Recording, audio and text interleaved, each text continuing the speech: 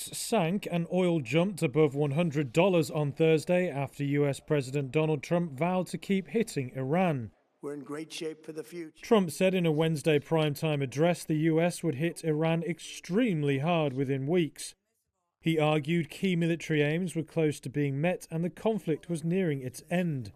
But he didn't give a timeline for an exit, which kept investors unsure about the scope and duration of the campaign.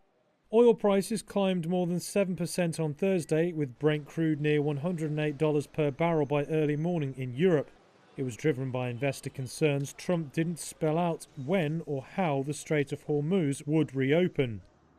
The strait is a critical shipping route which was recently shut, and oil supply disruptions have already hit Asia hard.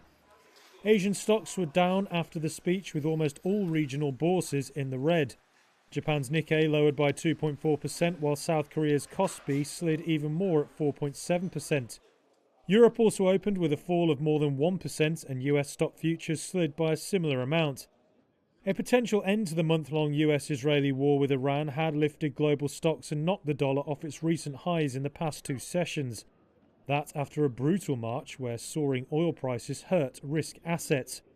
But investors were back to selling almost everything except the US dollar after Trump's Wednesday speech. The risk-off mood looks set to grow ahead of the long weekend, with many global markets shut on Friday. Investors are likely to cut exposure quickly. They may be wary that any prolonged disruption to shipping through the Strait of Hormuz would lead to a sharp blow to global growth.